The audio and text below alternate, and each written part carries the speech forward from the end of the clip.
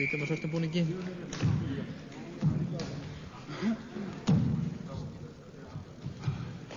Ókafir glímumenn báðir tveir.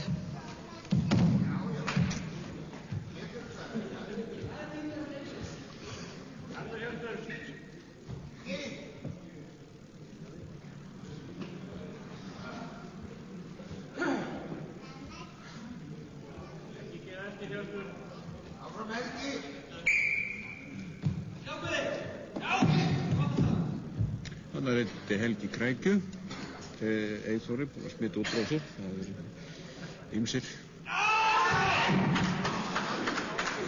Og þarna var lausamjöðum á ferðinni, svo stekki.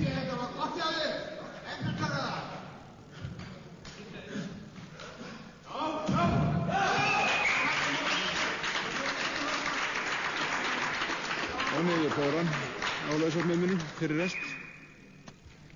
Og það var Helgi Bjarnason sem sigraði hér